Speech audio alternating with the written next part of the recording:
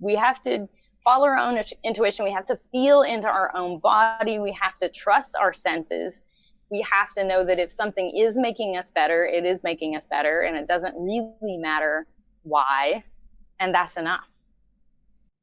Yeah, and also learning discernment, because there are people who are hacks or, overcharge for whatever they're doing, and maybe it's just some sort of version of placebo.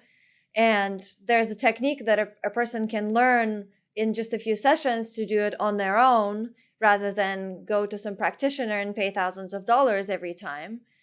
So a lot of it just comes back to sovereignty, like sovereign knowledge of yourself, but also sovereign knowledge of yourself and sovereign knowledge of the world.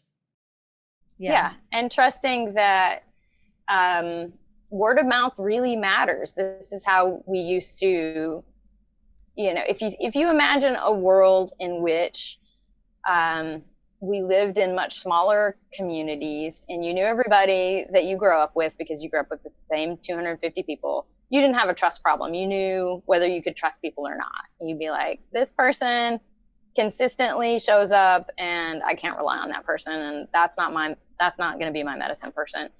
But there's also this aspect of, if another tribe comes and sends emissaries, you trust your reaction to the person. You trust whether you get a good read, and you can develop that intuition by being like, I don't know, I met this person and I like what they're talking about, but I kind of there's this like little niggling part of me that feels like something is sideways. And you talk to somebody else who has also met that person or has worked with that person, ideally, and you can be like, this is kind of, and that person will be like, yeah, I worked with them and it was great and you should try it. And that person. This is what we try to sort of strap together with something like Yelp ratings at scale.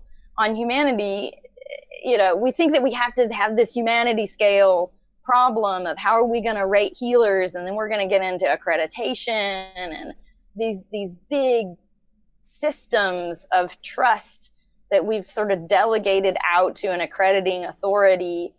But it turns out talking to your friend who knows you and knows the practitioner is still something that we very much have access to.